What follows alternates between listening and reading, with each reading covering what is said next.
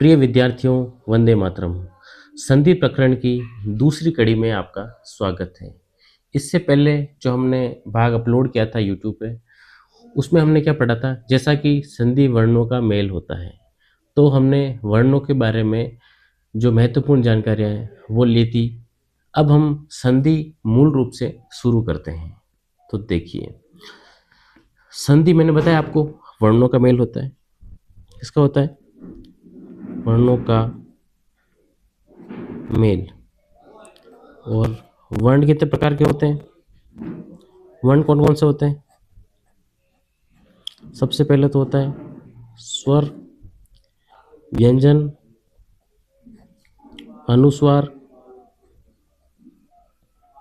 और विसर्ग, है ना? हमने ये पढ़ा था। अब संधि के प्रकार कौन कौन से होते हैं?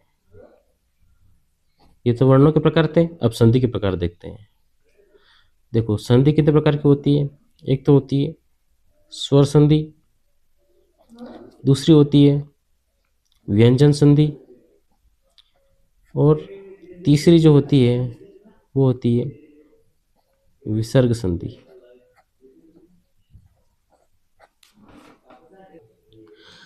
जैसा कि आपको पता है कि देखिए, वर्ण के कितने भाग होते हैं? 4 भाग। स्वर, व्यंजन, अनुस्वार, विसर्ग। और संधि के कितने भाग होते हैं? स्वर संधि, व्यंजन संधि और विसर्ग संधि।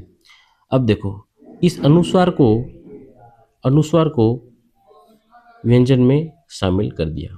क्या कर दिया? व्यंजन में शामिल कर दिया, क्योंकि जो अनुस्वार लगता है वो किस पे लगता है? व्यंजन पे लगता है ना? इस वजह से क्या किया? इसको व्यंजन संधि में शामिल कर लिया। अब बीच बाद में क्या बचा? विसर्ग, है ना? तो इस तरीके से स्वर, तो ये स्वर संधि बन गई, व्यंजन तो व्यंजन संधि बन गई, और विसर्ग विसर्ग संधि बन गई। अब हम बात करेंगे कि अब जैसे संधि है, स्वर संधि है। स्वर संधि क्या हो रहा है कि ये किसका परिवर्तन, है ना? संधि यानी क्या होता है? मैंने बताया आपको, विकार उत्पन्न होना। सबसे महत्वपूर्ण यही है, क्या है? विकार उत्पन्न होना, यानी परिवर्तन होना। यानी क्या होना? परिवर्तन होना। अब चूंकि स्वर संधि है तो इसका मतलब परिवर्तन किस में होगा? स्वर में परिवर्तन होगा, है ना? किसमें परिवर्तन होगा? स्वर में परिवर्तन होगा। व्यंजन संधि है तो किसमें परिवर्तन होगा? व्यंजन में परिवर्तन होगा, है ना? और विसर्ग संधि है, इसका मतलब किस में परिवर्तन होगा? विसर्ग में परिवर्तन। ये आपको बात समझनी है। स्वर संधि है तो किस में परिवर्तन होगा? स्वर में। व्यंजन है तो व्यंजन में, और विसर्ग संधि है तो विसर्ग में परिवर्तन होगा। अब देखो, एक हम बात कर लेते हैं संधि में मेल। क्या लिख रहा हूं मैं? संधि में मेल होता है, ठीक है? अब जैसे मैंने लिखा दिन प्लस अंक। क्या लिखा मैंने? दिन प्लस अंक। अब ये दिन प्लस अंक मिलके क्या बन गया? दिनांक। क्या बना? दिनांक। दिनांक बन गया। अब देखो, ये जो पहला, ये क्या है? प्लस का निशान है। प्लस के निशान से पहले, प्लस के निशान से पहले इसको हम बोलेंगे पहला पद। क्या बोलेंगे? पहला पद। और इसको क्या बोलेंगे? दूसरा पद। क्या बोलेंगे? दूसरा पद, ठीक है? प्लस के पहले वाला क्या होगा? पहला पद। और प्लस के इधर वाला क्या होगा? दूसरा पद। अब देखो, अब संधि में क्या होता है? संधि में क्या होता है कि पहले पद का अंतिम वर्ण क्या देखा जाता है? पहले पद का अंतिम वर्ण देखा जाएगा। इसमें क्या देखा जाएगा? दूसरे पद का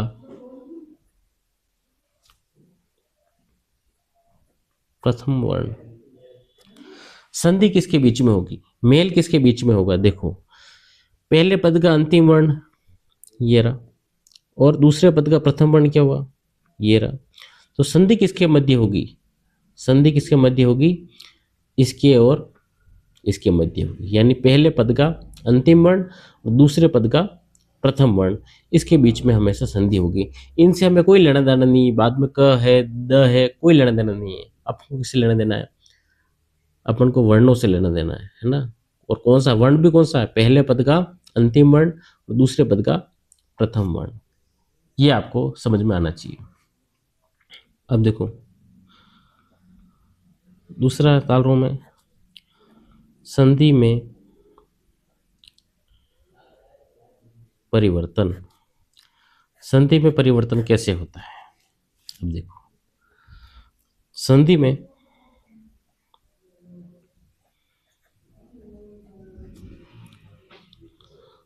में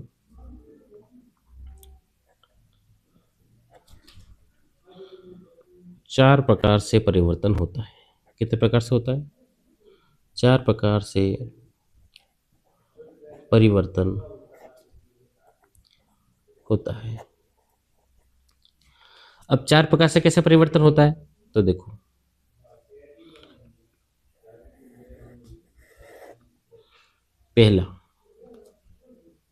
पहले में मैं लिख रहा हूं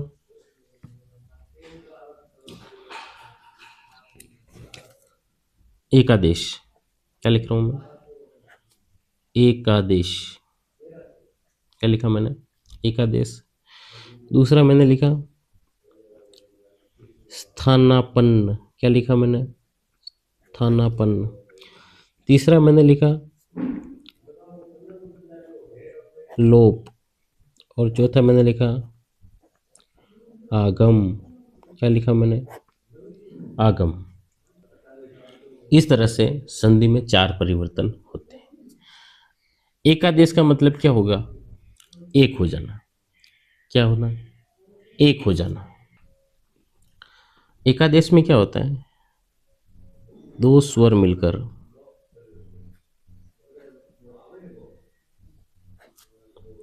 एक हो जाते हैं। क्या होता है, दो स्वर मिलकर एक हो जाते हैं। कैसे होते हैं, अब देखो मैंने जैसे ऊपर उदाहरण दिया था दिनांक का, है ना, दिन प्लस अंक। अब इसमें क्या हुआ, इसमें स्वर कौन सा आ रहा है, अ का स्वर आ रहा है और इसमें कौन सा स्वर आ रहा है, अ का स्वर आ रहा है। ये स्वर है, दोनों मिलके कितने हो गए, दो हो गए। अब देखो अ और अ मिलके क्या बन जाएंगे, आ बन जाएंगे। तो दोनों का मेल हो गया, है ना। ये दो थे और दो मिलके ये कितने रह गए, अब एक रह गए। तो एक हो जाना उसे बोलते हैं एकादेश। तो ये आ इस न में लग जाएगा तो क्या बन जाएगा, वो दिनांक, है ना। तो क्या हुआ, दो स्वर मिलकर एक हो जाते हैं तो उसे क्या बोलेंगे, एकादेश। अब आता है स्थानापन्न। स्थानापन्न क्या होता है,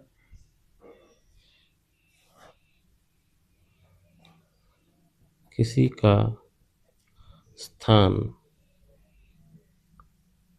लेना, है ना, किसी का भी स्थान ले लेना उसे क्या बोलेंगे, स्थानापन्न। जैसे मैंने लिखा अनु प्लस अय। क्या लिखा मैंने, अनु प्लस अय। यहाँ से क्या निकला, उ प्लस अ। यण संधि में क्या होता है, उ के बाद में अ आता है तो ये उ है, वो किस में परिवर्तन हो जाता है, व में। किस में जाता है, व में। और वह भी कौन सा, आधा वो, ठीक है। और अ में कोई परिवर्तन नहीं होगा। यहाँ पे कितने थे, दो, और यहाँ पे भी कितने हैं, दो। यानी यहाँ पे कोई परिवर्तन हुआ क्या, परिवर्तन तो केवल इसकी जगह ऊ की जगह पे क्या आ गया, व। यानी व ने किसका स्थान ले लिया, ऊ का स्थान ले लिया। लेकिन इनकी मात्रा में कोई अंतर नहीं है। यहाँ पे भी दो वर्ण थे और यहाँ पे भी दो वर्ण है। यहाँ पे दो वर्ण थे, एक हो गए इसलिए क्या हो गया, एकादेश। यहाँ पे दो वर्ण है और यहाँ पे भी दो वर्ण है, लेकिन किसी ने ऊ ने, है ना, ऊ का स्थान किसने ले लिया, वन ले लिया, इस कारण से ये क्या कहलाएगा? स्थानापन्न। अब लोप, लोप वैसे संस्कृत में ज़्यादा यूज होता था, हिंदी व्याकरण में लोप के उदाहरण बहुत कम मिलते हैं। जैसे मैं आपको एक बता दूं, जैसे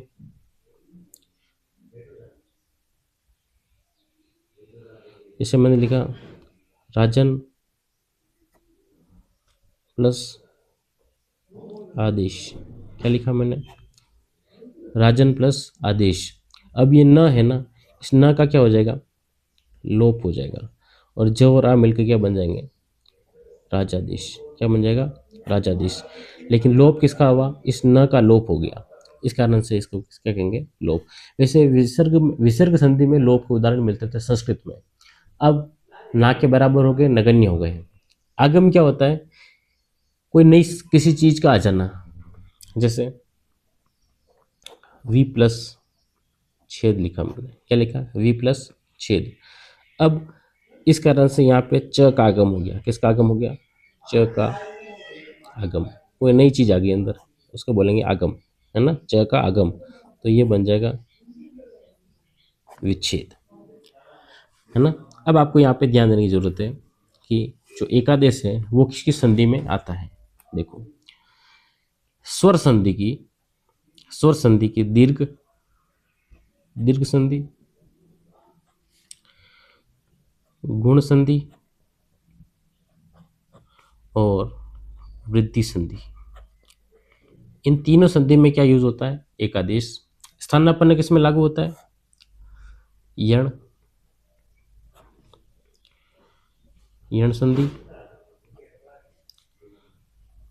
अयादि संधि और व्यंजन और विसर्ग संधि। ठीक है, ये वैसे कहीं यूज नहीं होता फिलहाल। इसमें देखो, आगम ये कौन सी संधि में होता है? व्यंजन और विसर्ग, है ना? ये आपको ध्यान रखना है। ये आपको मैंने सामने एक छोटा सा चार्ट बना दिया, आपको एक मोटा मोटा आइडिया लग जाएगा कि भाई कैसे संधि में परिवर्तन होगा। तो मैंने बताया एकादेश, स्थानापन्न, लोप और आगम। अब ये जो एकादेश है उसमें क्या होगा? दो मिलके एक बन रहे, है ना? दो थे और एक हो गए। स्थानापन्न इसमें दो थे, दो ही रह गए, लेकिन ऊ की जगह वन ले ली। और लोप में यहाँ लोप हो जाता है, और आगम में कोई नए वर्ण का आगम हो जाता है। एकादेश किस किस में लागू होता है ये ध्यान रखना। एकादेश किस किस में लागू होता है? दीर्घ संधि, गुण संधि, वृद्धि संधि, इन तीनों में क्या होता है? एकादेश लागू होता है। यण संधि, अयादि संधि, व्यंजन संधि और विसर्ग संधि, इनमें क्या होगा? हमेशा क्या होगा? स्थानापन्न लागू होगा। और लोप और आगम किस में होगा? व्यंजन और विसर्ग संधि में। ठीक है, तो आपको ये एक तरह से एक आइडिया पता चल गया किस तरह से संधि में परिवर्तन होता है। अब हम बात करेंगे स्वर संधि के बारे में। किसके बारे में बात करेंगे? स्वर संधि में। तो स्वर कितने कितने मैंने बताया था आपको, स्वर कौन कौन से थे? अ, आ, ई, ए, री, ओ, औ। ये क्या होते हैं? स्वर होते हैं।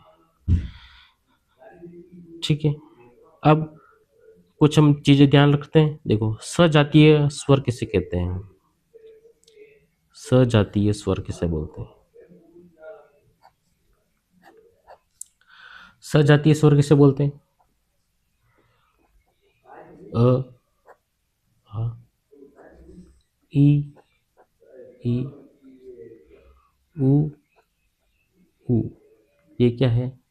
सजातीय स्वर है। कौन सा स्वर है?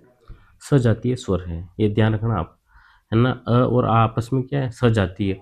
अ और अ भी सजातीय होंगे, आ और आ भी सजातीय होंगे, है ना? लेकिन आ और ई सजातीय नहीं हो सकते, है ना? ई का सजातीय क्या होगा? ई या फिर बड़ी। ऊ ये क्या है? आपस में ये क्या है? सब सजातीय। आ का सजातीय होगा, ई का सजातीय है, ऊ का सजातीय है ना? तीनों अलग अलग युग्म है। अब बात करते हैं अपन दीर्घ स्वर कौन कौन से होते हैं, है ना, और हर्ष स्वर कौन कौन से होते हैं। दीर्घ का विलोम हर्ष होता है, लघु नहीं होता है ना, लघु का गुरु होता है विलोम शब्द। दीर्घ स्वर कौन कौन से होते हैं, देखो सबसे पहले हर्ष देख लेते हैं। ह्रस्व कौन से होते हैं, अ, ई और उ और री। ये क्या है, ह्रस्व स्वर है ना, हर्षो यानी छोटे, क्या है ये, छोटे। दीर्घ आ, ई, उ, और पहले संस्कृत में चलता था री, 2 बार घूमता था ये, लेकिन ये अब यूज नहीं होता है। इसका क्या हो गया, ये विलुप्त हो चुका है। क्या हो चुका है, ये विलुप्त हो गया है। अपन बात कर रहे हैं हर्ष स्वर और दीर्घ स्वर की, अ, आ, ई, उ, ठीक है। अब गुण स्वर कौन कौन से होते हैं, गुण स्वर कौन कौन से होते हैं, गुण स्वर होते हैं ए और ओ, ये क्या होते हैं, गुण स्वर होते हैं। वृद्धि स्वर कौन कौन से होते हैं, वृद्धि स्वर, वृद्धि स्वर होते हैं ए और औ, ये क्या होते हैं, वृद्धि स्वर। ये आपको ध्यान रखना है। दीर्घ स्वर क्या होता है, आ, ई, उ, ठीक है। हर्ष स्वर अ, ई, उ, री। हर्ष स्वर को इनको मूल स्वर भी बोलते हैं, क्या बोलते हैं, मूल स्वर भी कहते हैं। गुण स्वर क्या होगा, ए, ओ, और वृद्धि स्वर क्या होगा, अ और औ। अब देखना, जब अपन अब हमने स्वर संधि के भाग, देखो पहले स्वर संधि की परिभाषा क्या होती है, परिभाषा समझ लेते हैं। परिभाषा क्या है इसकी, इसकी परिभाषा क्या है, 2 स्वरों के मेल से उत्पन्न हुआ विकार स्वर संधि कहलाता है। यानी ये तो होता है प्लस, प्लस के इधर कौन सा होता है ना, पहला पद, और इधर क्या होगा, दूसरा पद। पहले पद का अंतिम वर्ण क्या होना चाहिए, अंतिम वर्ण क्या होना चाहिए, स्वर होना चाहिए। क्या होना चाहिए, स्वर। और यहाँ पे भी क्या होना चाहिए, स्वर। ये होगा तभी क्या होगा, स्वर संधि होगी।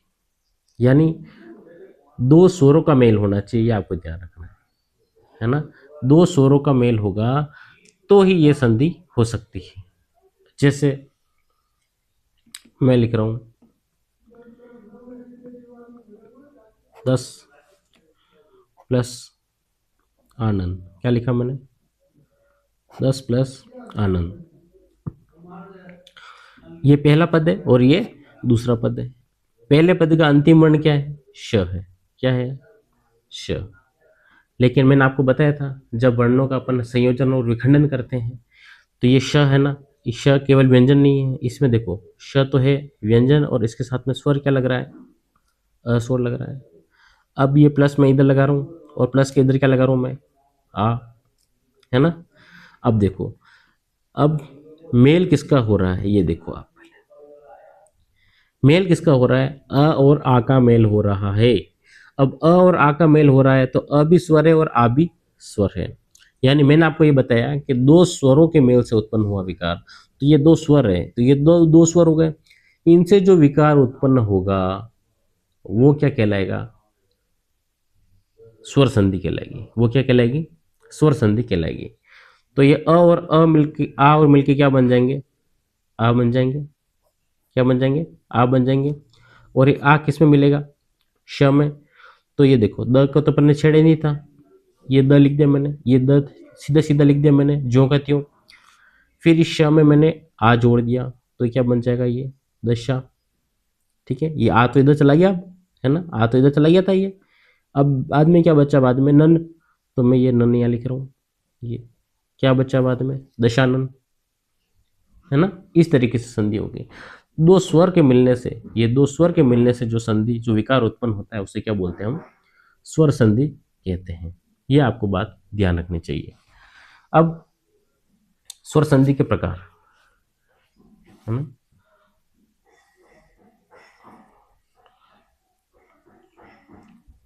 स्वर संधि के प्रकार,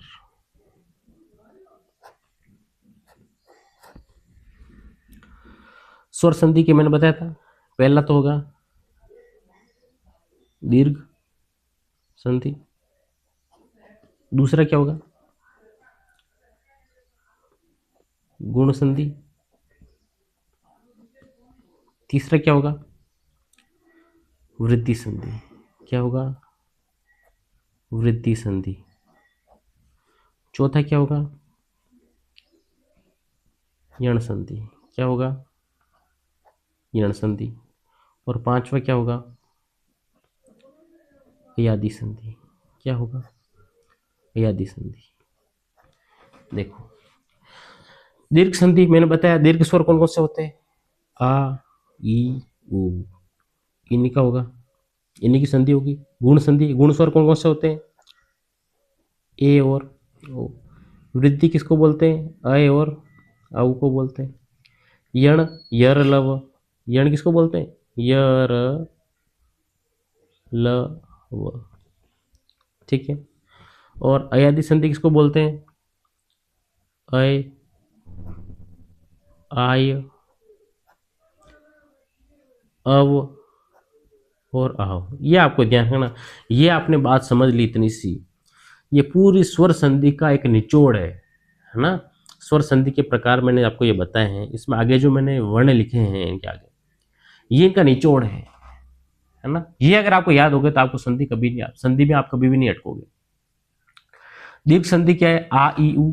गुण संधि क्या है? ए ओ। वृद्धि संधि क्या है? अय औ। यण संधि क्या है? यर लव। अयादि संधि क्या है? अय आय अव आव। अय आय अव आव। ठीक है। अब मैं यहाँ पे अपन को देखो, मैंने लिखा देश। क्या लिखा मैंने? देश। और यहाँ लिखा मैंने अटन। क्या लिखा?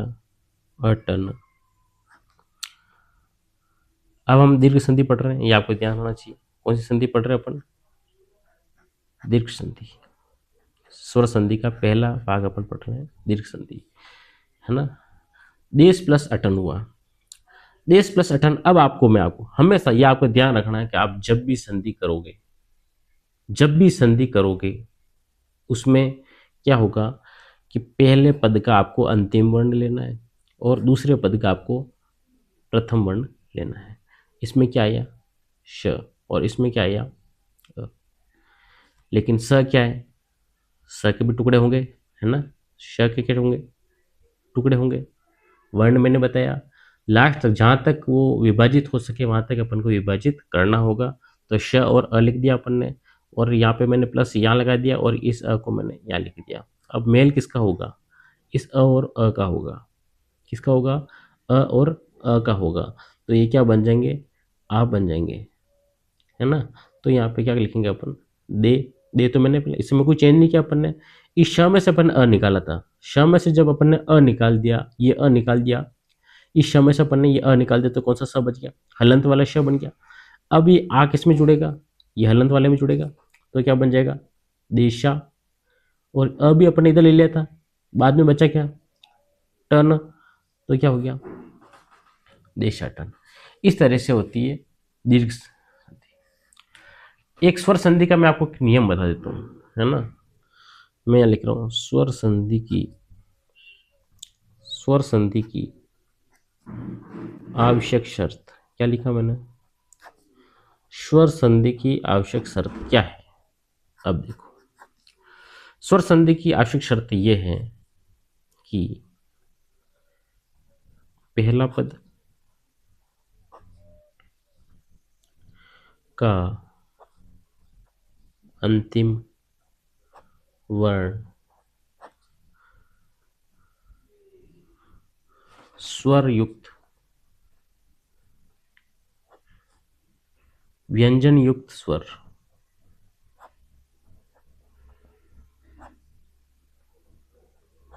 ठीक है, प्लस दूसरे पद का प्रथम वर्ण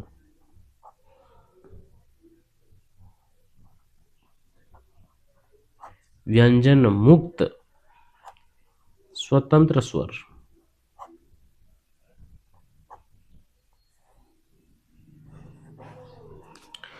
ये एक आवश्यक शर्त है ना, सदैव स्वर संधि में सदैव ये चीज आपको लागू होगी।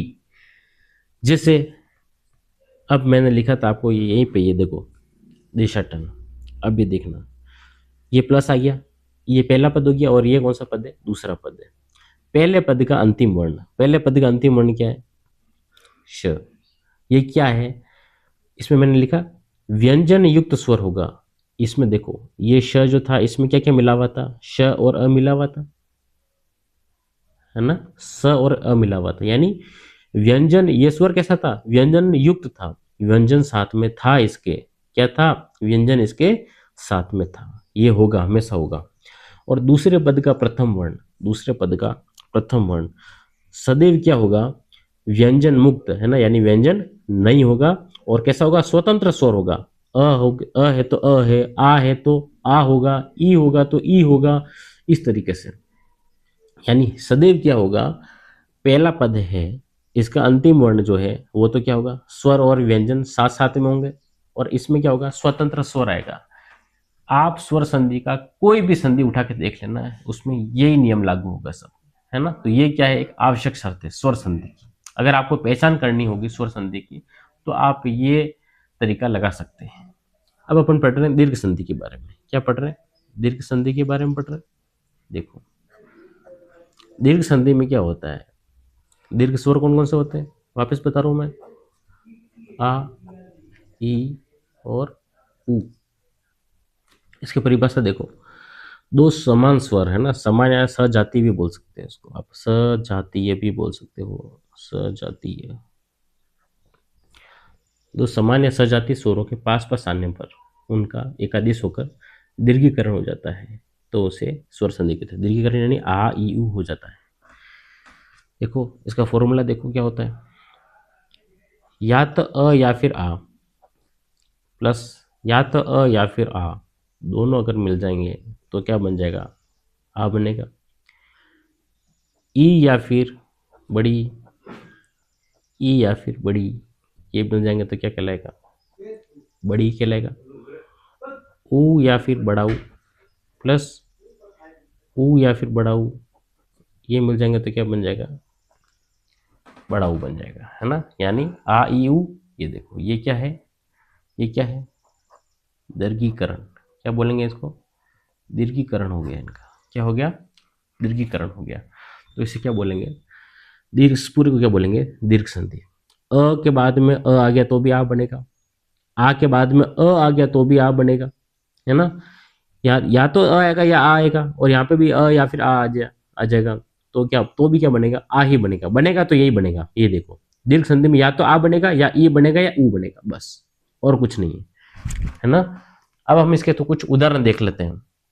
उदाहरण के लिए मैं आपको बताना चाहूंगा, मैं आपको केवल गिने चुने उदाहरण ही दूंगा। आपको उदाहरणों की प्रैक्टिस जो है वह राघव प्रकाश की बुक से करनी होगी। एक शिक्षक की सीमा होती है कि वह आपको कितने उदाहरण बताएगा, है ना। उदाहरण आपको स्वयं तैयार करने होंगे। मैं आपको कुछ गिने चुने या कुछ महत्वपूर्ण उदाहरण बता सकता हूँ, बाकी आपको उदाहरण आपको स्वयं राघव प्रकाश की बुक या फिर आपके पास जो भी पुस्तक हो उससे आपको अभ्यास करना होगा। राघव प्रकाश की बुक में क्या है कि बहुत सारे उदाहरण दे रखे हैं, तो आपके क्या बहुत सारे कंसेप्ट उससे क्लियर हो जाएंगे, है ना। तो मेरी तो आपसे यही, आपको यही सलाह है कि आप राघव प्रकाश की बुक से आप अभ्यास करें संधि का, जितने भी उदाहरण दे रखे हैं उस संधि को आप लिख लिख कर आपकी कॉपी में, किताब में, आपकी पुस्तक, ये नोटबुक में लिख लिख कर आप क्या करोगे, प्रैक्टिस करोगे। जितनी आप प्रैक्टिस करोगे आपकी संधि उतनी निखरेगी। अब देखो मैं कुछ एक उदाहरण दे देते हैं। देखो अब उदाहरण की बात चल रही, अब उदाहरण देते हैं। देखो मैंने आपको बताया था देश प्लस अटन,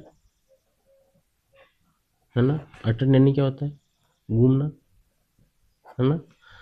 उसे क्या बोलेंगे, देशाटन यानी देशों को घूमना। अब इसी से आप निकाल दो तीर्थाटन,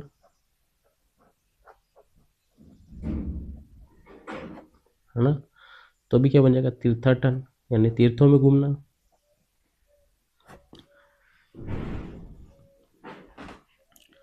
अब देखो मैंने लिखा पक्व प्लस अन्न, क्या लिखा मैंने, पक्व प्लस अन्न लिखा मैंने।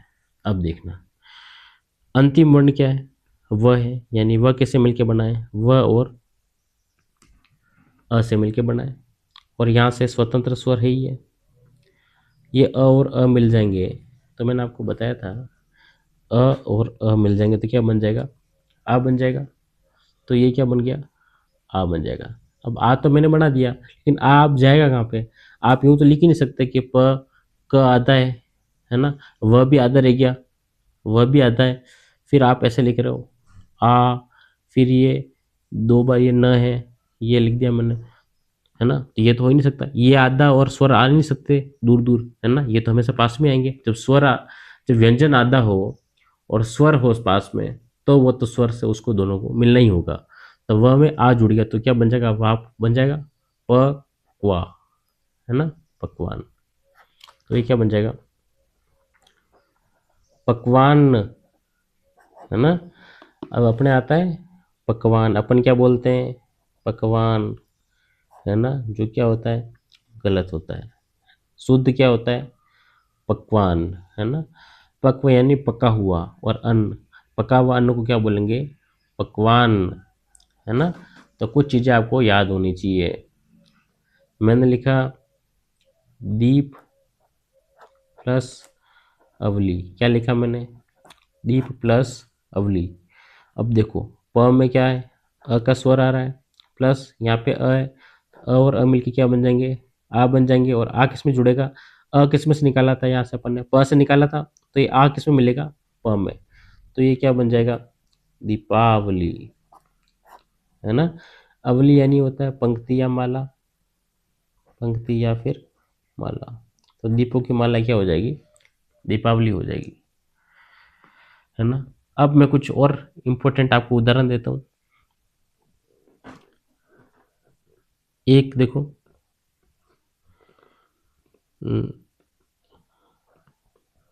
कंस प्लस अरी, है ना, यहाँ पे अ था, यहाँ से इसमें से क्या निकलेगा, स में से अ निकलेगा, और यहाँ पे अ और अ मिलके क्या बनेंगे, सदैव आ बनेंगे।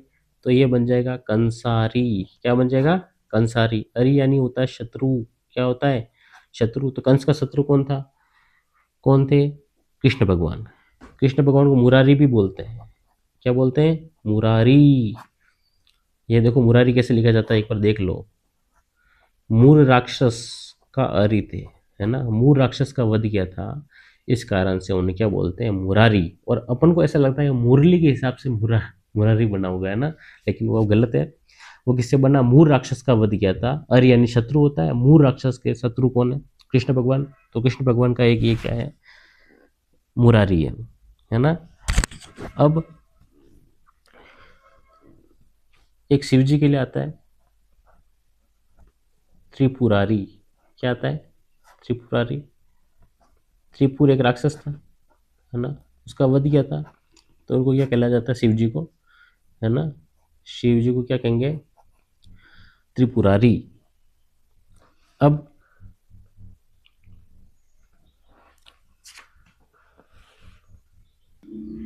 एक आपको असन और आसन दोनों में भेद होना समझ में आना चाहिए, असन और आसन, है ना। असन देखो, असन यानी तो होता है भोजन, क्या होता है, भोजन।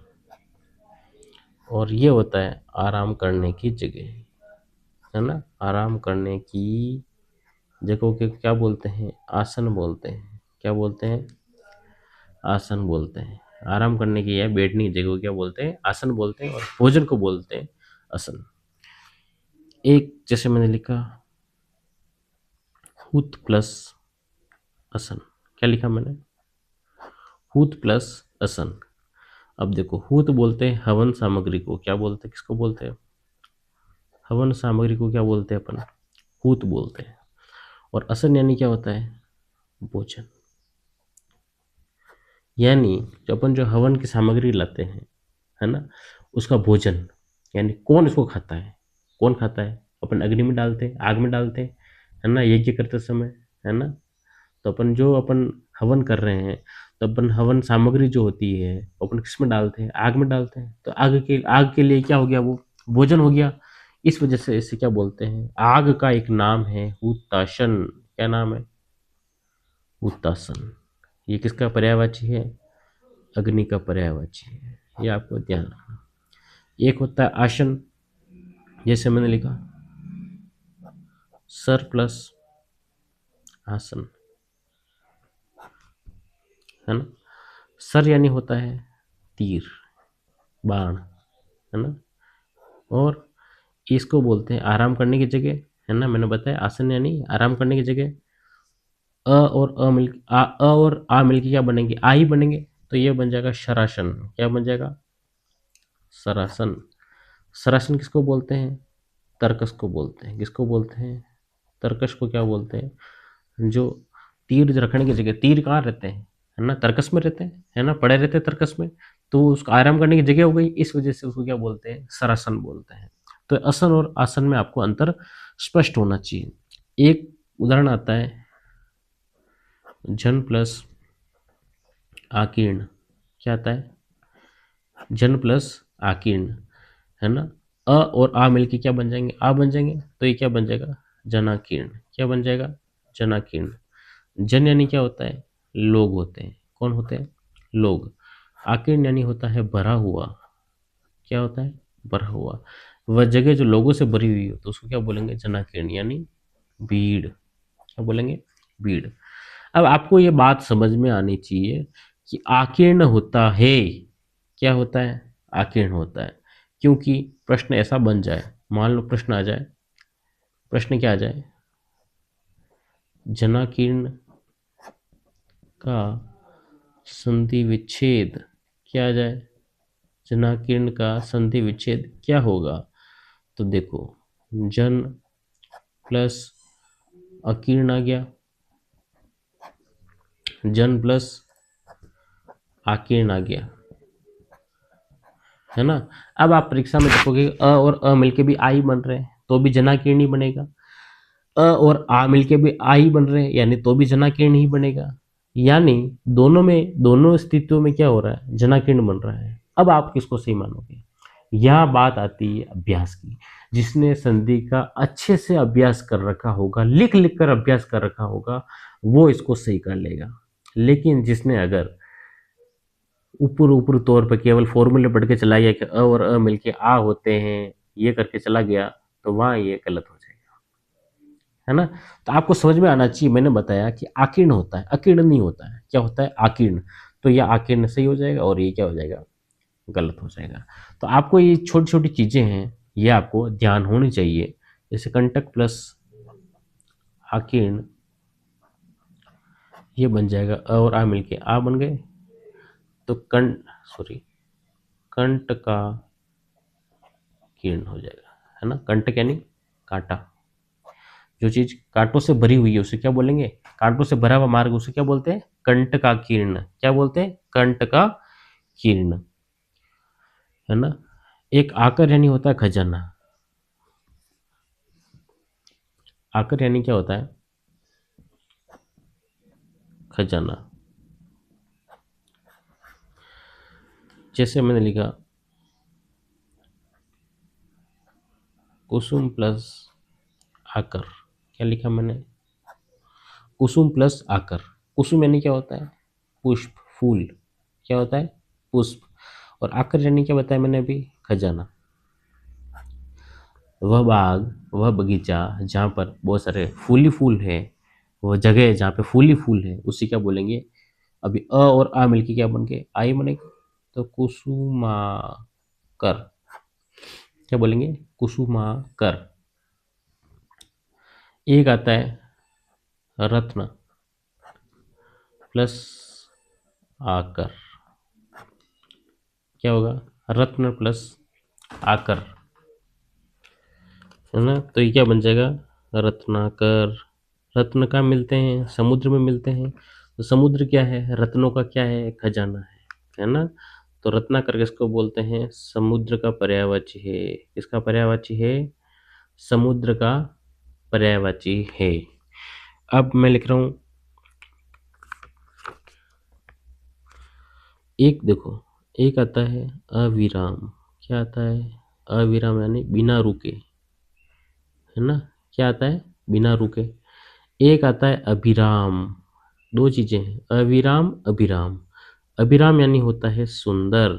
क्या होता है? सुंदर। तो देखो मैं लिख रहा हूं नयन प्लस अभिराम, है ना। अब देखो और मिलके क्या बन जाएंगे?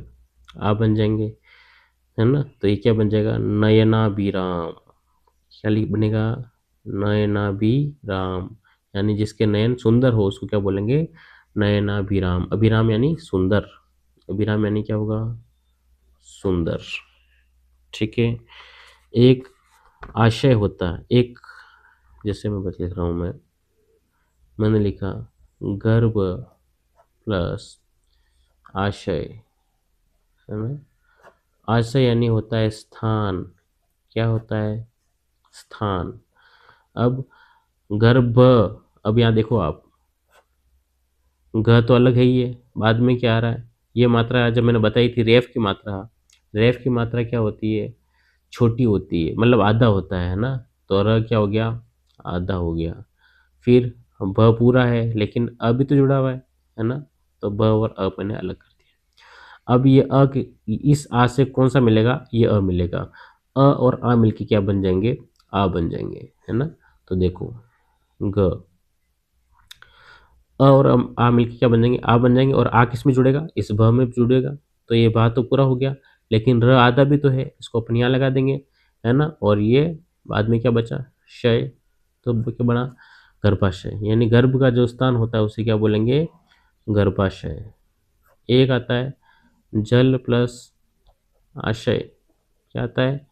जल प्लस आशय, यानी जल का स्थान क्या होगा? जलाशय। अब मैं यहाँ पे कुछ चीजें लिख रहा हूँ, उसका आप संधि विच्छेद करोगे, है ना। देखो आमाशय, है ना।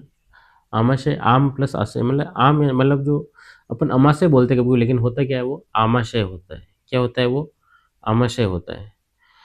अब इसी के जैसे मैं लिखा मूत्राशय, है ना, पित्ताशय। ये सब क्या है? ये इसी के, आपका ये होमवर्क है कि आप इसका संधि विच्छेद करोगे। ठीक है। एक मैंने लिखा तुषार प्लस आच्छन्न। क्या लिखा मैंने? Tushar plus आच्छन्न।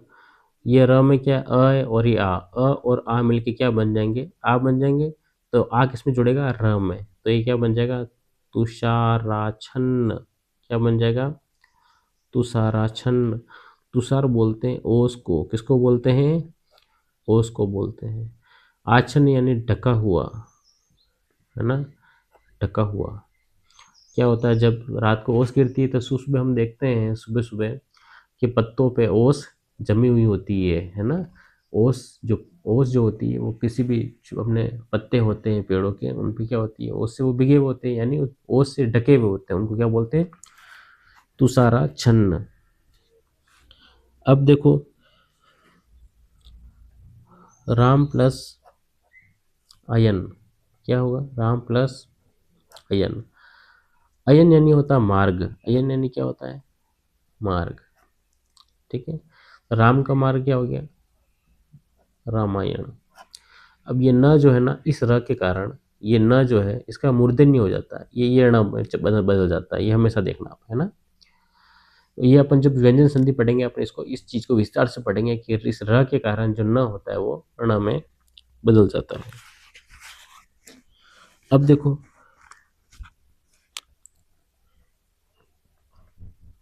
Him plus Anshu, है ना, हिम प्लस अंशु, इसमें देखो इसमें अ था और ये मिलके क्या बन जाएंगे, आ बन जाएंगे। तो ये क्या बन जाएगा, हिमांशु। क्या बन जाएगा, हिमांशु। हिम का अर्थ वैसे बर्फ होता है, लेकिन यहाँ पे ठंड से है, जो ठंडी चीजें है। क्या है, अंशु यानी होता है किरण। अंशु यानी क्या होता है, किरण। किस चीज की ठंडी किरणें होती है, चंद्रमा की ठंडी किरणें होती है। तो हिमांशु किसका पर्यायवाची है, चंद्रमा का पर्यायवाची है ना। अब हम बात करते हैं, मैं एक चीज लिख रहा हूँ, शताब्दी। क्या लिख रहा हूँ मैं, शताब्दी, है ना। अब यहाँ पे देखना शत, अभी आपको यहाँ पे, अब आपको इससे पहले आप क्या कर रहे थे, आप संयोजन कर रहे थे, यानी जो संधि विच्छेद था उसका अपन क्या कर रहे थे, संधि कर रहे थे। अब अपन करेंगे संधि विच्छेद। शब्द आ गया अपने पास शताब्दी। अब आपको बताओगे इसमें कौन सी संधि यूज होगी। अब आप क्या करोगे, आपको मैंने बताया था दीर्घ स्वर कौन कौन से होते हैं, कौन कौन से होते हैं, आ, ई और उ। क्या इन तीनों में से किसी एक का यूज हो रहा है, कि हाँ हो रहा है सर, किसका हो रहा है, आ का यूज हो रहा है। इसमें आ का यूज हो रहा है, त में लग रही है। तो देखो, तो या तो ये ऐसे बन सकता है, शत, शता, अब्दी, आब्दी, ये भी हो सकता है, ये भी हो सकता है, सत प्लस आब्दी, है ना, और शता प्लस अब्दी। संधि का जो संयोजन करना होता है, इससे पहले अपन जो कर रहे थे इतनी देर से, संधि को अपन मिला रहे थे, है ना, हिम प्लस अंशु हिमांशु हो गया, तुषार प्लस आच्छन्न तुषाराच्छन्न हो गया, रत्न प्लस आकर रत्नाकर हो गया। तो ये चीजें क्या थी, ये सरल थी। संधि करना सरल होता है, लेकिन संधि विच्छेद करना मुश्किल होता है ना। विद्यार्थी यहीं आके फंसता है। मेरा ये एक्सपीरियंस कहता है कि मैंने बच्चों को जब भी संधि करने के लिए दी तो संधि तो उन्होंने फटाफट कर ली, लेकिन जब मैंने उनको संधि विच्छेद करने के लिए दिया तो उसमें वो अटके। बात यहीं पे आती है कि आप कैसे करोगे। अब आप देखो, जब तक आपको अर्थ पता नहीं होगा, अर्थ पता नहीं होगा, तब तक आप संधि विच्छेद करने में गलतियां करोगे। क्या करोगे, गलतियां करोगे। एक तो आपको अर्थ पता होना चाहिए, एक सही वर्तनी आपको पता होनी चाहिए। क्या होनी चाहिए, सही वर्तनी आपको पता होनी चाहिए कि कैसे लिखा जाता है। अब मैंने लिखा आकर बताया था आपको, आकर यानी खजाना। अब वहाँ पे आप अकर करके आ जाओगे तो अकर तो गलत हो जाएगा, है ना। तो आपको पता होना चाहिए आकर बोलते हैं, और आकर का अर्थ क्या होता है, खजाना होता है, ये आपको पता होना चाहिए। जब तक ये बातें आपको पता नहीं होगी, आप संधि कर ही नहीं पाओगे, है ना। अब देखो शताब्दी के टुकड़े करने हैं। अब देखो शत प्लस अब्दी हो गया, शता प्लस, शता कोई वर्ड होता है, नहीं होता है, गलत करो इसको। शत होता है बिल्कुल, आब्दी नहीं होता है, गलत करो। शता प्लस अब्दी, शता होता ही नहीं, है ना। अब ये बचा शत प्लस अब्दी। शत यानी 100, सत यानी क्या होता है, 100 होता है। अब्दी यानी होता है वर्ष वाली। क्या होता है, अब्दी यानी तो वर्ष होता है, और अब्दी यानी वर्ष वाली। तो 100 साल वाली जो कोई चीज होगी उसे क्या बोलेंगे, शताब्दी बोलेंगे। शत प्लस अब्दी। अब आप इसके टुकड़े करोगे, है ना, दशाब्दी,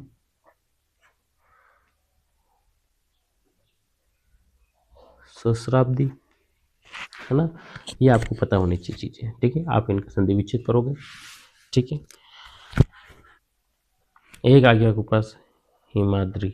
क्या आ गया, हिमाद्री।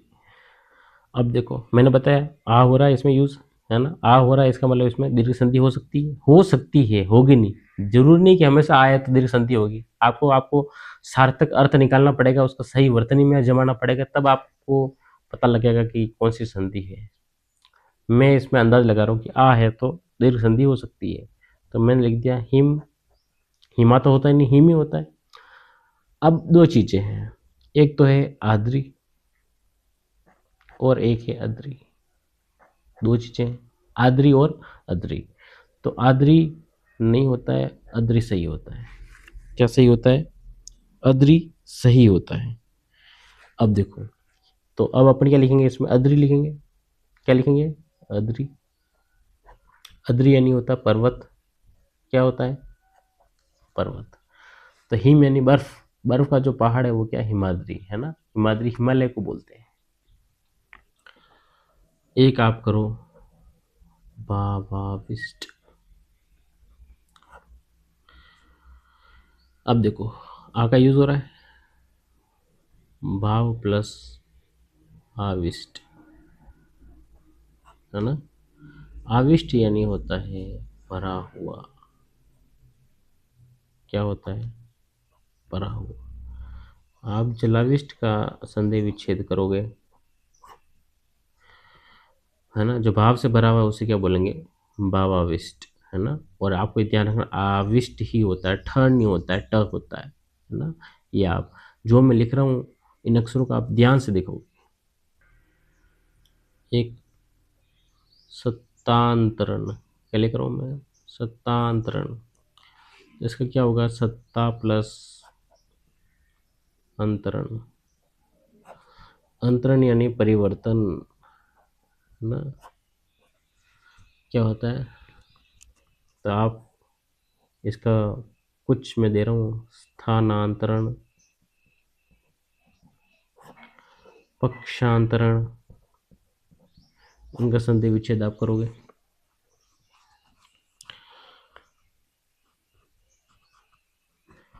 एक द्राक्षासव, क्या लिख रहा हूँ मैं? द्राक्षासव। ये होगा द्राक्षा प्लस आसव, है ना। द्राक्षा किसको बोलते हैं? दाख को बोलते हैं। सूखे हुए अंगूर उसको क्या बोलते हैं? दाख बोलते हैं, है ना। अभी भी बोलते हैं अपन दाख। तो द्राक्षा तो क्या है? तत्सम है। और दाख क्या है? तद्भव है। आसव यानी होता है रस। क्या होता है? रस। द्राक्षा यानी दाख का रस यानी शराब, है ना।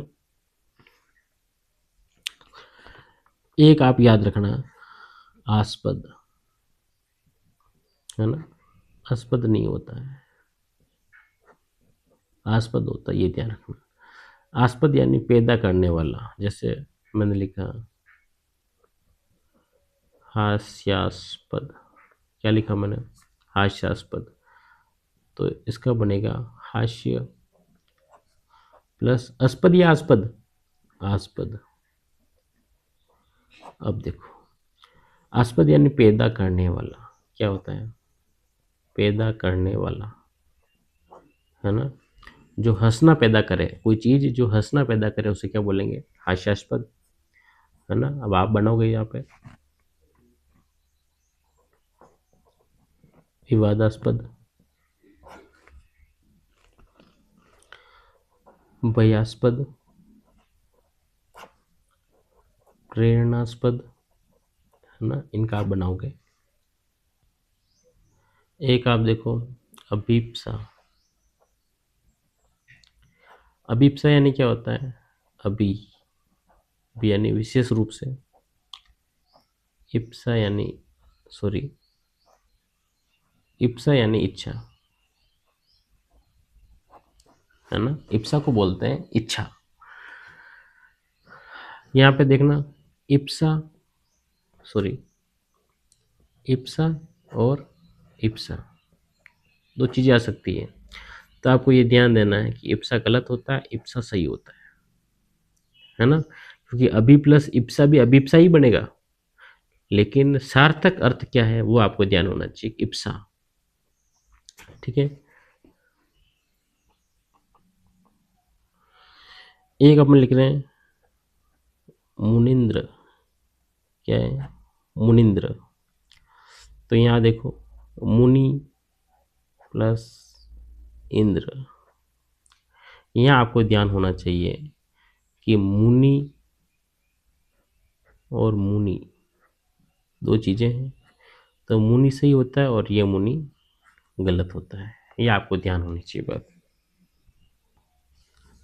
एक मैं लिख रहा हूँ परीक्षा। क्या लिख रहा हूँ? परीक्षा। अब यहाँ पे किसका क्या होगा? देखो, बड़ी ई है ना। बड़ी ई मैंने बताया जो दीर्घ स्वर जो होते हैं कौन कौन से होते हैं, आ ई उ, तो इसमें ई आ रहा है, ये वाला ई आ रहा है ना परीक्षा में। इसका होगा परी प्लस इच्छा, ध्यान पूर्वक जांचना परखना, उसे क्या बोलेंगे, इच्छा। देखना भी बोलते हैं इसको ना, देखना और जांचना परखना। अब देखो परीक्षा में परी प्लस इच्छा, परी यानी होता है चारों ओर, क्या होता है, चारों ओर, ठीक है। अब इच्छा से ये ध्यान रखना, इच्छा और इच्छा, ये गलत होगा और ये सही होगा, ये ध्यान रखना है ना। वैसे ही आप, अब आप बनाओगे इसका प्रतीक्षा, परीक्षक,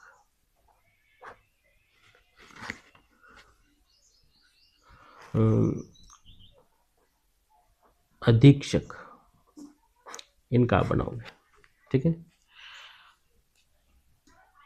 एक आप इसका वीक्षण भी बना देना, वीक्षण और वीक्षक। एक अपन ईश्वर लिखते हैं और एक अपन ये ईश्वर लिखते हैं, शुद्ध कौन सा होता है, ये शुद्ध होता है, ये गलत होता है।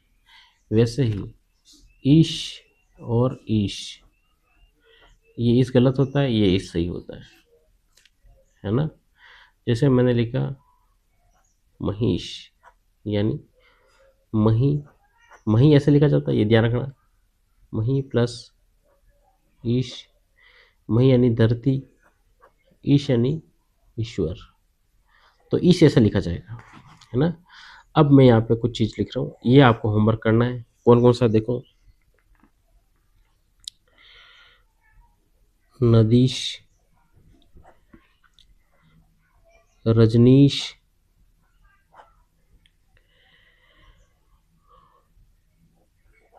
फणीश्वर,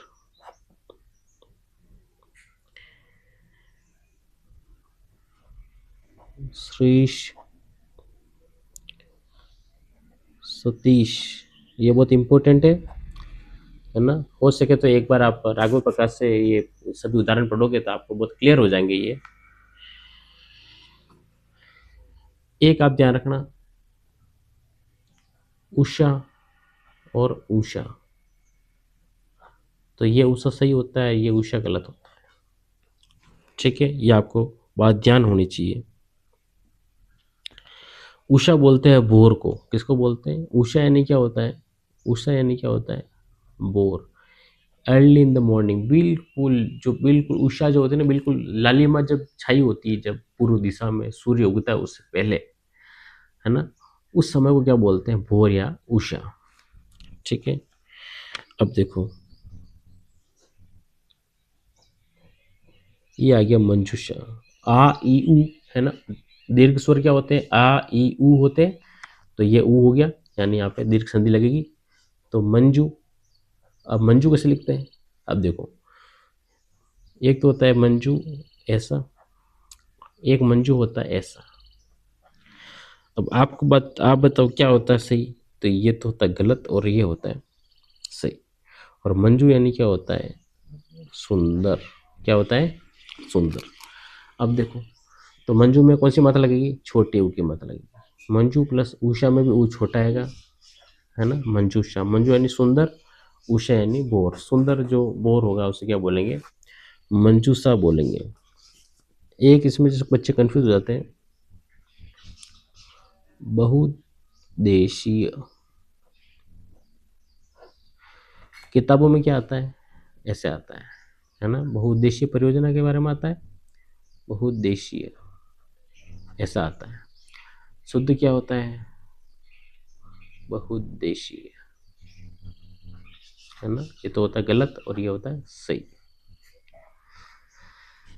जैसे बहु यानी बहुत सारे, और उद्देश्य, जैसे एक जिससे बहुत सारे उद्देश्य की पूर्ति होती हो, है ना, एक उससे क्या बोलेंगे, बहुउद्देशीय, सॉरी बहुउद्देशीय बोलेंगे, है ना। बहुउद्देशीय, जैसे बांध बना दिया, उससे पीने की जो पेयजल होता है वो भी, उसका भी वो हो जाता है, और फसलों में सिंचाई हो जाती है, बाढ़ से बचाव हो जाता है ना। भूजल होता है, उसमें इम्प्रूवमेंट देखने को मिलता है। तो ये क्या होता है, बहुत सारे उद्देश्य की पूर्ति हो रही है, इसलिए उसको क्या बोलते हैं, बहुउद्देशीय। और बहुउद्देश्य में वो कैसे आएगा, बड़ा आएगा। एक आपको ध्यान रखना है, उर्मी और एक उर्मी।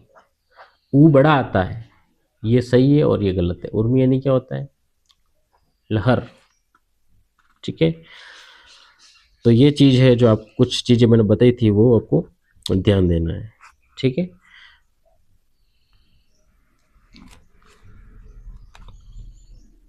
एक देखो, एक होता है ऊर्ध्व, क्या होता है, ऊर्ध्व, और एक ये होता है ऊर्ध्व।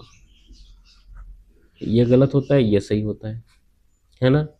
ऊष्मा, अब जैसे आ गया भू प्लस ऊष्मा और भू प्लस ऊष्मा, अब दोनों में से क्या सही होगा, ये गलत होगा, है ना। ऊष्मा ऐसे नहीं, ऊष्मा ऐसे लिखा जाता है।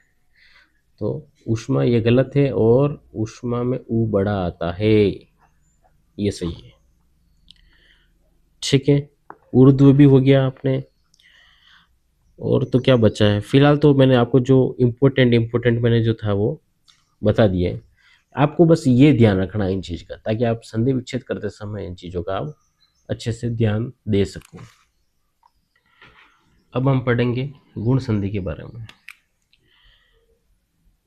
गुण संधि, गुणस्वर बताए थे मैंने, कौन कौन से होते गुणस्वर, ए ओ, है ना। एक को लिख दो आप अर भी बनता है, री से अर बनता है ना। ये आपको ध्यान रहना चाहिए, गुण संधि में गुण स्वर कौन कौन से होते हैं, ए और अर होते हैं। अब देखो, या फॉर्मूला देखो, बहुत ध्यान वाली चीज है। या आ के बाद में क्या लिख रहा हूं मैं, या आ के बाद में यदि ई या ई आता है, ई या ई आता है, ऊ या ऊ आता है, या फिर री आता है, तो आ के बाद में ई आएगा तो वो ए में चेंज हो जाएगा। ऊ या ऊ आएगा तो वो ओ में चेंज हो जाएगा। और री आएगा तो वो, ये दोनों मिलके क्या बन जाएंगे, और बन जाएंगे। आ और ई मिलके क्या बन जाएंगे, ए बन जाएंगे। ये ओ बन जाएंगे, और ये री क्या बन जाएगा, अर बन जाएंगे। तो ए ओ और ये आपको थोड़ा से ध्यान देना है इस चीज का। जैसे मैंने लिखा गज, सॉरी, गज प्लस इंद्र, क्या लिखा मैंने, गज प्लस इंद्र।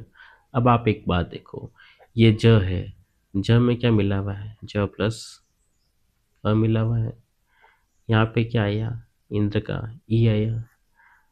और ई मिलके क्या बन जाएंगे, देखो आप, अ और ई मिलके क्या बनेंगे, ए बनेंगे। तो ये क्या बन जाएगा, ए बनेगा। ए किस में मिलेगा, इस ज में मिलेगा। ज में ए मिल जाएगा तो क्या बन जाएगा, ये जे बन जाएगा। तो घ, ज में ए मिल जाएगा तो क्या बन जाएगा, जे बन जाएगा।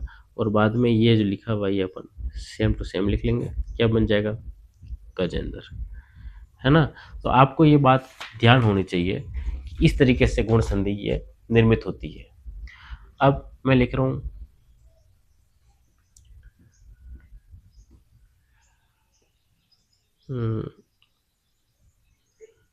योग प्लस इंद्र, क्या लिखा मैंने, योग प्लस इंद्र। अ और ई, अ और ई मिलके ए बनेंगे। तो ए किस में मिलेगा, ग में। तो ये क्या बन जाएगा, योगेंद्र, ठीक है। अब देखो, भारत प्लस इंदु, क्या बन जाएगा, अ और ई मिलके ए बनेगा और त में ए की मात्रा जुड़ जाएगी, तो ये बन जाएगा भारतेंदु, है ना। ये जो त है, देखो त किससे मिलके बना है, त और अ से मिलके बना है, और यहाँ पे क्या चीज़ आ रही है, ई आ रही है, और ई मिलके, और ई मिलके क्या बनेंगे, ए बनेंगे, है ना। तो ये क्या बन जाएगा, ये ए बन जाएगा। अभी ए किसमें मिलेगा, ये जो त आधा है इसमें मिलेगा, त में ए जुड़ जाएगा तो त क्या बन जाएगा, ते बन जाएगा। तो ये देखो ते मैंने लिख दिया, और ये आधा न और दू है जो मैंने ये लिख दिया, और ये बाहर ये तो पहले से था तो मैंने ये पूरे पूरे लिख दिया, है ना। चेंज कहाँ होगा, ये जो स्वरों को मिलने से जो विकार उत्पन्न होगा वहीं पे चेंज होगा। अब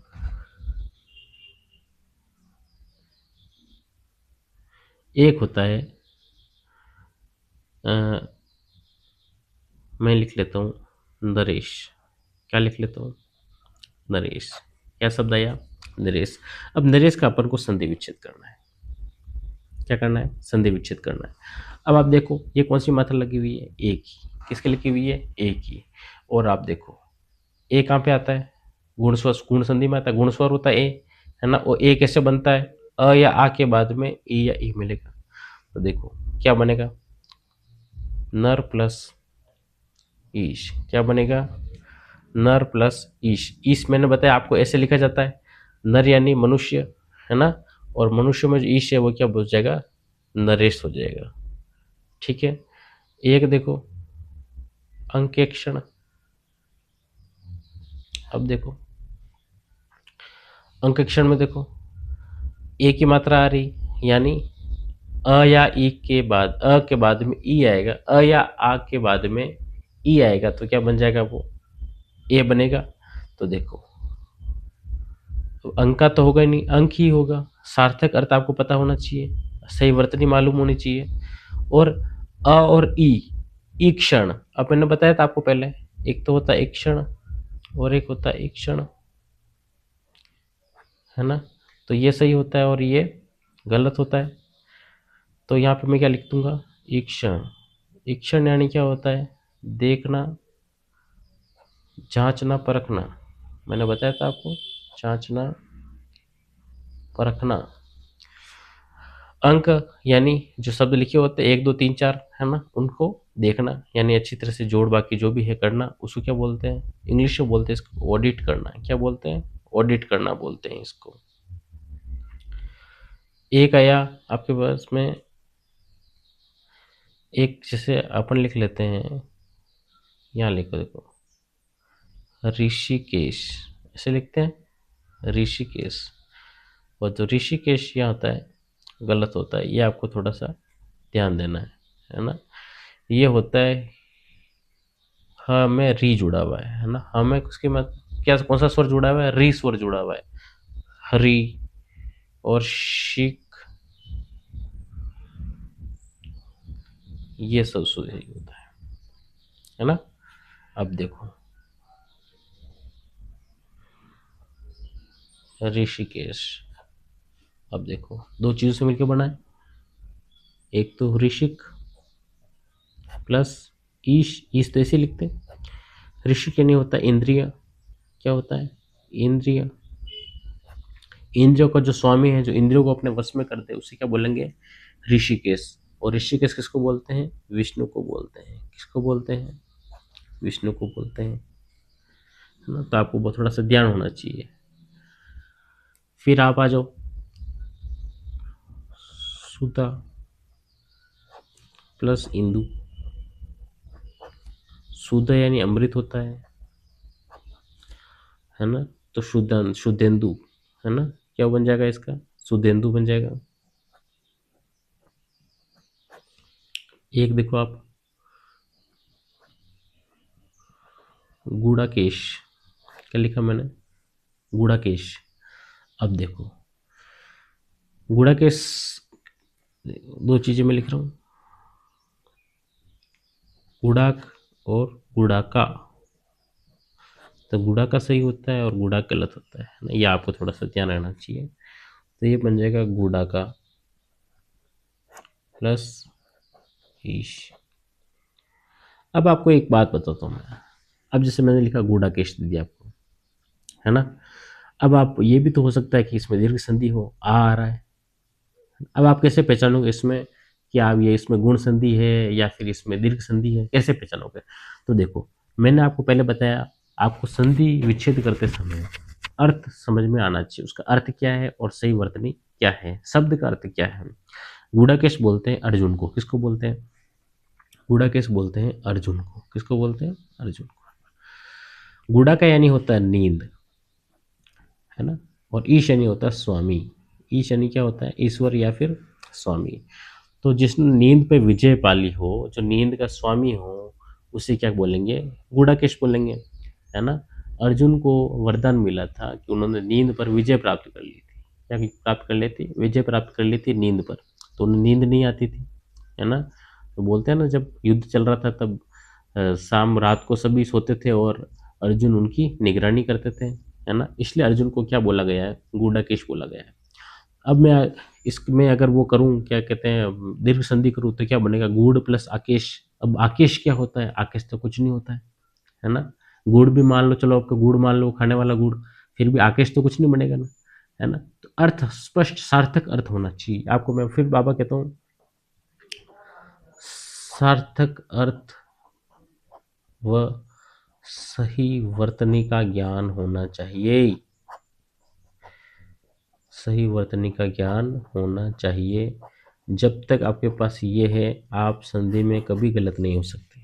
सही अर्थ आपको मालूम होना चाहिए। और सही अर्थ कैसे मालूम होगा? आप बार बार अभ्यास करोगे। बार बार राघव प्रकाश की बुक में जितने भी उदाहरण दे रखे हैं, उसका आप बार बार आप अभ्यास करोगे। और अभ्यास भी कैसे? ऐसे पढ़ के नहीं, लिख के करोगे तो आपको सही वर्तनी का आपको मालूम चलेगा कि ये कैसे लिखा जाता है ना। मैंने बताया ना, अकीर्ण को आकीर्ण लिख रहे हो, नहीं आकीर्ण को अकीर्ण लिख रहे हो, तो वो गलत हो जाएगा। इस तरीके से आपको सही अर्थ वर्तनी मालूम होनी चाहिए, है ना। देखने से तो अपन को स्पष्ट नहीं होता है, लेकिन लिखने से अपन को स्पष्ट होता है कि हाँ, अपन क्या गलती तो नहीं कर रहे हैं कुछ। एक आत्म प्लस उत्सर्ग, क्या लिखा मैंने? आत्म प्लस उत्सर्ग। आत्म यानी स्वयं, है ना। उत्सर्ग यानी होता है बलिदान। क्या होता है? बलिदान। तो अ और उ मिलके, है ना। अब देखो, अ और उ मिलके क्या बनेंगे? ओ बनेंगे, है ना। तो देखो, इस म में, म से मैंने अ हटाया, और इसमें से अ और उ मिलके क्या बन जाएंगे? ओ बन जाएंगे। और ओ किस में लगेगा? म में लगेगा। तो ये क्या बन जाएगा? मो बन जाएगा। तो ये क्या हो जाएगा? आत्मोत्सर्ग, है ना। स्वयं का बलिदान देना, उसे क्या बोलते हैं? आत्मोत्सर्ग। एक आता है राका प्लस ईश। क्या आता है? राका प्लस ईश। ईश मैंने बताया, अब आप ऐसे ही लिखना है आपको। राका यानी होता है चांदनी रात। क्या होता है राका यानी? चांदनी रात। और ईश यानी होता है स्वामी। तो चांदनी रात का स्वामी कौन होता है? रात को कौन स्वामी होता है? रात का, रात का स्वामी होता है चंद्रमा, है ना। इसलिए उनको बोलते हैं राकेश, है ना। आ और ई मिलके क्या बन जाएंगे? ए बन जाएंगे। ठीक है, तो ये बात आपको ध्यान होनी चाहिए। अब देखो, मैं लिख रहा हूं उन्नत प्लस उदर। उन्नत यानी बाहर की ओर निकला हुआ, है ना। बाहर, या बाहर की ओर निकला हुआ, उसे क्या बोलेंगे? ऊंचा। ऊंचा बोलेंगे, आप उसको ऊंचा मान लो, ऊंचा। उन्नत यानी क्या होता है? ऊंचा। और उदर यानी क्या होता है? पेट। तो अ और उ मिलके क्या बनेंगे? ओ बनेंगे। तो ये क्या बन जाएगा? उन, तो, दर, है ना। जिसका पेट ऊंचा यानी बाहर निकला हुआ, उसे क्या बोलेंगे? उन्नतोदर, है ना। अब आप क्या करोगे? आप इसका बनोगे लंबोदर, है ना। इसका आप संधि विच्छेद करोगे। अब देखो, नवोदय, वो की मात्रा आ रही है ना। ओ का स्वर कहाँ आता है? गुण स्वर में आता है, ए ओ और अर। तो ये क्या बन जाएगा? नव प्लस उदय, है ना, नवोदय। फिर जीर्ण प्लस उद्धार, है ना। जीर्ण यानी होता है टूटा फूटा, क्या होता है, टूटा फूटा। और उद्धार यानी उसका उद्धार कर देना, है ना, यानी उसको पुनर्जीवित करना, मतलब साज सज्जा करना। उद्धार यानी आप समझ जाओ आप कैसे ना, पॉजिटिव होता है। जीर्ण यानी टूटा फूटा, है ना। तो अ और उ मिलके क्या बन जाएंगे, ओ बन जाएंगे। तो ये बन जाएगा जीर्णो, और ये दार, जीर्णोद्धार, है ना। ऐसे बोलते हैं ना, ये इसने महाराणा मोकल ने जो संवेदेश्वर मंदिर था उसका क्या कर दिया था, जीर्णोद्धार किया। इस वजह से उसको मोकल मंदिर भी कहते हैं, है ना। जीर्णोद्धार यानी जो टूट फूट गया था, टूटा फूटा था, जीर्ण शीर्ण था, उसे उसने फिर से नया बनाया, इसलिए उसको बोलते हैं जीर्णोद्धार। ठीक है। एक आती है पद प्लस उन्नति। पद की जब उन्नति हो जाती है उसे क्या बोलते हैं, पदोन्नति।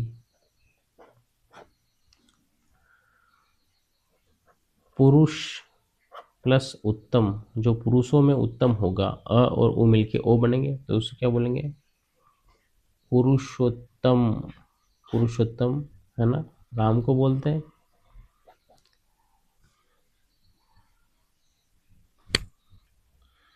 एक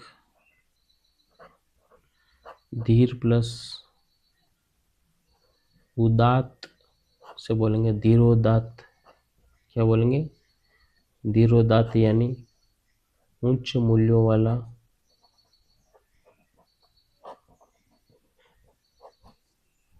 है ना। और नील प्लस उत्पल, नीलोत्पल, क्या बन जाएगा ये, नीलोत्पल। उत्पल किसका पर्यायवाची है, कमल का पर्यायवाची है। और जो कमल नीला होगा उसे क्या बोलेंगे, नीलोत्पल बोलेंगे। फिर मरण प्लस उपरांत, क्या बोलेंगे, जो मरणोपरांत सम्मान मिलता है, उपरांत यानी बाद में, उपरांत यानी क्या होता है, बाद में, जो मरने के बाद में जो सम्मान मिलता है ना, जो वीर सैनिकों को उन्हें क्या बोलते हैं, मरणोपरांत पुरस्कार मिलता है ना।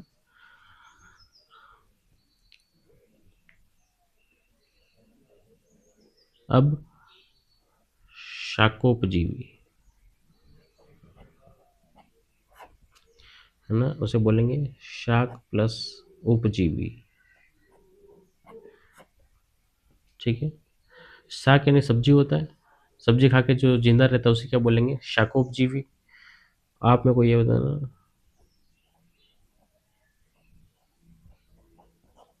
इसके संधि विच्छेद आप करोगे, दुग्धोपजीवी का। ठीक है। अब जल प्लस उर्मी, मैंने आपको बताया था, उर्मी किसको बोलते हैं, लहर को बोलते हैं। और ऊ कैसा आता है उसमें, बड़ा आता है ना। तो अ और ऊ मिलके क्या बन जाएंगे, ओ बन जाएंगे। तो क्या बन जाएगा ये, जलोर पे बन जाएगा। महा प्लस ऊर्जा, ये बनेगा मोहर्जा। आ और ओ मिलके ओ बनेंगे, मोहर्जा। ठीक है, ये थोड़ा सा इंपॉर्टेंट है ना, थोड़ा ध्यान रखना इसका। ऊर्जा में देखो, ऊर्जा और ऊर्जा, ठीक है, इसमें ये गलत होता है और ये सही होता है। उडा और उडा, ये उडा सही होता है और ये गलत होता है। अब देखो, नव प्लस उडा क्या बन जाएगा, अ और उ मिलके ओ बन जाएंगे, तो ये क्या बन जाएगा, नवोडा। ठीक है। अब हम इसका री वाला रूप भी देख लेते हैं, है ना। मैंने बताया अ या आ के बाद में जब री आता है तो ये दोनों मिलके क्या बन जाते हैं, अर बन जाते हैं। क्या बन जाते हैं, अर बन जाते हैं। अर में भी ये जो र है वो आधा होता है, ये देख मैंने हलंत लगा रखा है इसके, है ना। अ और र में क्या हलंत लग रहा है, ये आपको थोड़ा ध्यान देना है। जैसे मैंने लिखा कण्व प्लस ऋषि, क्या लिखा मैंने, कण्व प्लस ऋषि। अब देखो ये तो क्या है, वह है जो है, इसमें क्या जुड़ा हुआ है, अ जुड़ा हुआ है, प्लस ये री स्वर है अपने आप में एक। अब देखो अ और री जब भी मिलेंगे, अ और री मिलेंगे तो क्या बनेगा, अर बनेगा। क्या बनेगा, अर बनेगा। अब देखो क तो है ही है, न भी आधा ही, इसमें कुछ चेंज नहीं किया। चेंज यहाँ क्या था, अपन ने वह में से अ निकाल दिया था, है ना। अब वह तो क्या रह गया, हलंत रह गया। अब वह में जब, इस वह में जब ये अ जुड़ेगा तब वह तो पूरा बन जाएगा, ये पूरा बन गया वह, बाकी क्या रह गया, आधा र। और मैंने आपको जो बताया था वर्ण में, जब आधा र होता है उसको कैसे लगाते हैं, रेफ की मात्रा के रूप में, है ना। तो ये शी जो है, इसके ऊपर अपन क्या लगा देंगे, रेफ। तो क्या बन जाएगा, कन्वर्सी।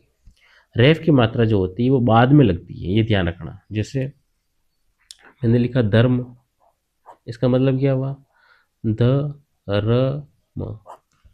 र कैसा है, आधा है, लेकिन अब चूंकि ये क्या है, र आधा है तो रेफ लगेगा, तो रेफ यहाँ नहीं लगेगा। रेफ र के बाद जो र है उसके बाद वाला जो वर्ण है उसके ऊपर जाके ये लगेगा। ये बात आपको ध्यान देनी है ना। जैसे मैंने लिखा कर्म, इसको मैं लिख देता हूँ क र आधा और म। अब जो र आधा है रेफ किस पे, इस क पे बनेगा या म पे बनेगा, तो इसके बाद वाले पे बनेगा, इसके बाद वाले पे बनेगा। तो बाद वाला क्या, म, तो क्या बन जाएगा, कर्म। इसी तरह से ये जो र आधा रह गया, ये अब व पे तो लगेगा नहीं, क्योंकि व के कर्ण व र आधा, व के बाद में र आ रहा है, तो र अपने बाद वाले पे बनेगा। तो बाद वाला क्या आ रहा है, शी आ रहा है, तो क्या बन जाएगा ये कन्वर्सी। ठीक है। जैसे मैंने लिखा शीत और ऋतु, क्या लिखा मैंने, शीत और ऋतु। अब देखना यहाँ पे क्या है, त प्लस अ है, और ये प्लस मैंने यहाँ लगाया, और इसके बाद में मैंने ये री लिखा। अ के बाद में जब री आता है तो ये दोनों में क्या बन जाते हैं, अर बन जाते हैं। अब इस त में ये अ जुड़ेगा, अ किस में जुड़ेगा, इस त में जुड़ेगा। तो देखो शी पहले से तो था, ये शी लिख दिया मैंने। ये त आधा था, त के क्या लग रहा है, हलंत लग रहा है, और इस हलंत में क्या मिल जाएगा, अ मिल जाएगा। तो ये त क्या हो जाएगा, पूरा हो जाएगा। अब बाद में क्या बचा, आधा र बचा। अभी आधा र कहाँ लगेगा, उसके आगे वाले पे, अगले वाले पे रेफ की मात्रा के रूप में। तो अगला वाला वर्ण क्या है, तू है, ये तू लिख दिया मैंने, और ये आधा वर्ण जो र है वो इसके ऊपर लग जाएगा। तो ये क्या बन जाएगा, शीत ऋतु। अब जैसे एक और देखो, शीत प्लस ऋतु, क्या लिखा मैंने, शीत प्लस ऋतु। अब देखो, सॉरी सॉरी, सप्त प्लस ऋषि। ठीक है। अब सप्त प्लस ऋषि में देखो ये क्या है, त प्लस अ प्लस ये री शी। अ और री मिलके क्या बनेंगे, अर बनेंगे, और र के र आधा बनेगा, है ना। अब देखो इस देखो, श प आधा, फिर त। अब त में क्या जुड़ेगा, अ जुड़ेगा तो त पूरा बन जाएगा, ये त। ये र आधा है, तो र कहाँ जाएगा, इसके अगले वाले पे। अगले वाला क्या है, शी था, तो ये शी मैंने ये लिखा, और इसके रेफ की मात्रा लगा दी, तो क्या बन जाएगा, ये सप्तर्षि। इस तरीके से ये चीज़ काम करती है। तो आपको ये स्पष्ट हो गया इस चीज़ के बारे में। अब हम अगला पढ़ेंगे वृद्धि संधि। अब हम पढ़ते हैं वृद्धि संधि के बारे में। किसके बारे में, वृद्धि संधि के बारे में। अब देखो वृद्धि संधि,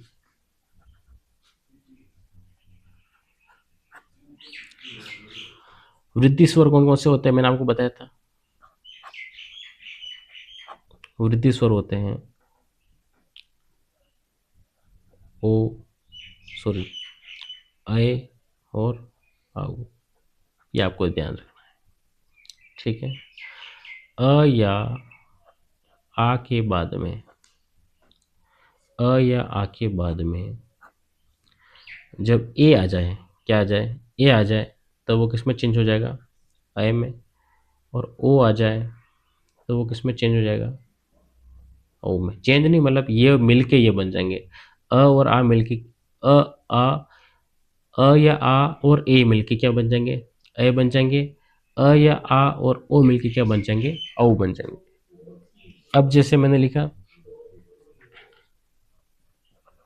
1+1, अब देखो इसमें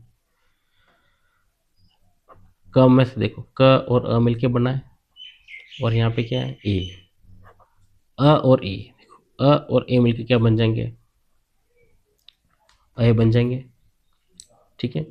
तो ये अ की मात्रा किस पे लगेगी, क पे है। देखो ज में जब ए की मात्रा लगेगी तो ये क्या बन जाएगा, जे। लेकिन ज में जब अ की मात्रा लगेगी तो ये क्या बन जाएगा, दो मात्रा आएगी, ये ध्यान रखना। इसमें मात्रा नहीं आती तो इसमें एक मात्रा, और इसमें एक मात्रा आएगी तो दो मात्रा, ठीक है। ये बात तो क्या बताऊँ मैं, दूसरी तीसरी का है।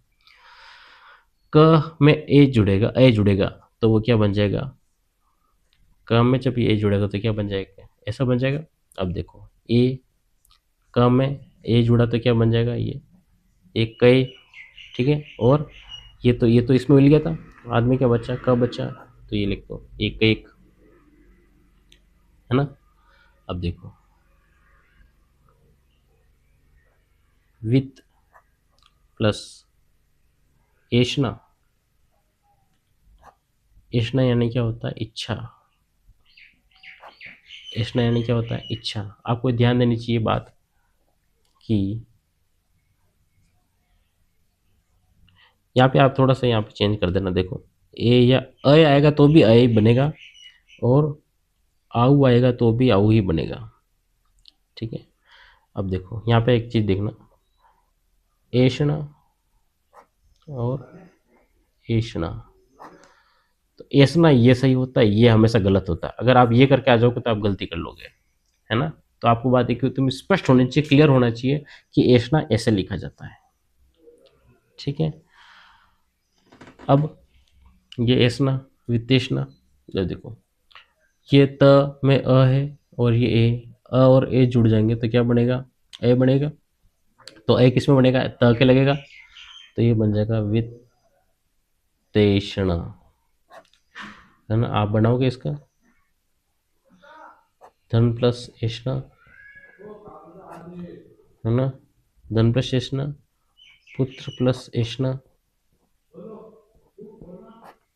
ठीक है, ये आप बनाओगे। फिर यहाँ देख लिखना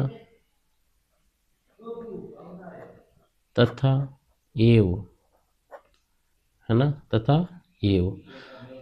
आ और ए मिलकर क्या बनेगा, ए बनेगा, तो ये क्या बन जाएगा, तथेव, ठीक है। मत प्लस, मत प्लस एक ही ऐसे लिखा जाएगा, ठीक है। मत प्लस एक की जब होगा तब देखना अ और ए मिलके भी क्या बनेगा, ये अ बनेगा, है ना। तो इस त में अ की मात्रा लग जाएगी तो ये क्या बन जाएगा, मतैक्य, क्या बन जाएगा, मतैक्य। वसुधा एव, एव यानी ही होता है ना। एव यानी क्या होता है, ही होता है। एव यानी क्या होगा, ही होगा। आ और ए मिलके, आ और ए मिलके भी क्या बनेंगे, ए बनेंगे, तो ये बन जाएगा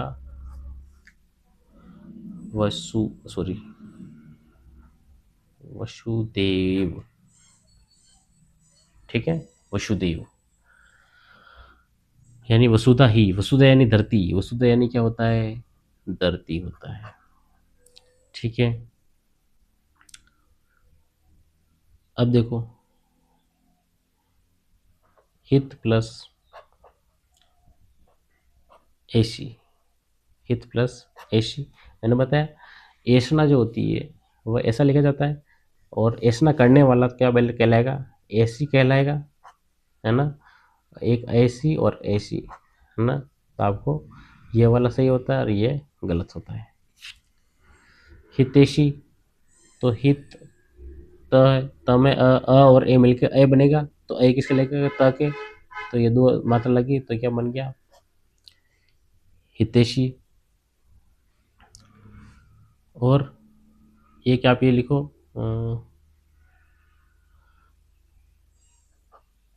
जल प्लस ओक, क्या लिखा मैंने, तो ये क्या बन जाएगा, ओ की मात्रा है, अ के बाद में ओ आएगा तो ये आऊ बन जाएगा, तो ये क्या बन जाएगा, जलौक। परम प्लस ओजस्वी,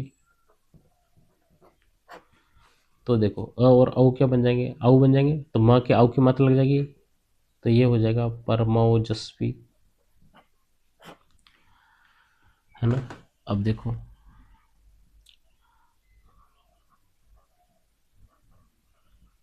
इसका संधि विच्छेद करते हैं।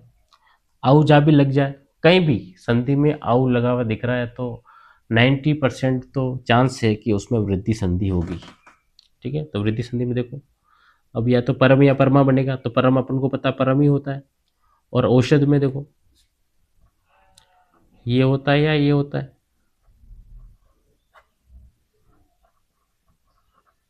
ये सही होता है, ये गलत होता है। ठीक है, तो परम प्लस औषध क्या बन जाएगा, परमोषध बन जाएगा।